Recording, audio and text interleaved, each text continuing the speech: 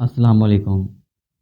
ایک بادشاہ نے رعایا میں اعلان کیا کہ جو مرد اپنی بیوی کی مانتا ہے وہ آئے اور انڈا لے کر جائے، اور جو نہیں مانتا وہ آئے اور گھوڑا لے کر جائے۔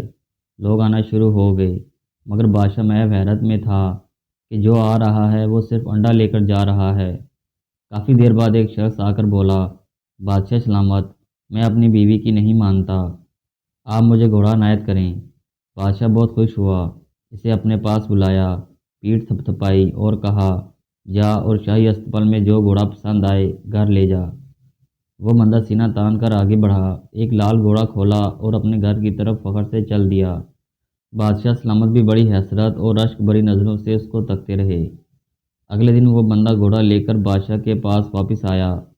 بادشاہ نے وجہ پوچھی، کیوں واپس آئے ہو؟ کیا گھوڑا پسند نہیں آیا؟ جواب ملا، بادشاہ سلامت، گھوڑا تو ماشاءاللہ بہت عمدہ ہے اور مجھے پسند بھی آیا تھا، پر میری بیوی بول رہی ہے کہ لال گھوڑا کیوں لائے ہو، سفید لانا تھا، اس لیے یہ بدل کر سفید گھوڑا لینے آیا ہوں۔ بادشاہ بولا، رکھ گھوڑا رکھ، انڈا لے کر جا۔ ہماری حوصلہ افزائی کے لیے ہمارے چینل کو سبسکرائب ضرور کر دیں، شکریہ۔